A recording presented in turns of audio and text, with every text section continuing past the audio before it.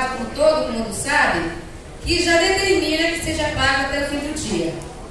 O primeiro passo do executivo que nos prejudicou deveras foi a questão do parcelamento. Então, a maioria de nós, diria até a grande maioria, senhores deputados, estamos passando situações complicadas. Nós somos servidores dedicados exclusivamente ao nosso trabalho.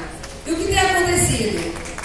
Com o parcelamento, a maioria possui consignados, a maioria tem compromissos. No primeiro momento, o banco recolhe tudo, ficamos sem nada. Então, a nossa família, nossos filhos estão dependendo disso e passando dificuldades. E isso não é justo.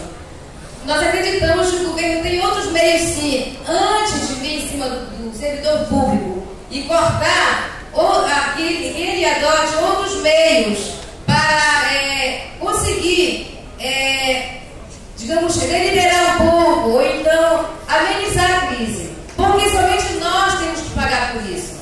E agora vem mais essa ação da mudança da data do pagamento. Isso vai levar o Estado do Amapá ao caos, porque nós sabemos que hoje, pelo menos 70% da economia do Estado advém do contra-cheque. Qualquer pessoa percebe isso no mercado, isso está repercutindo na sociedade, no comércio de modo geral.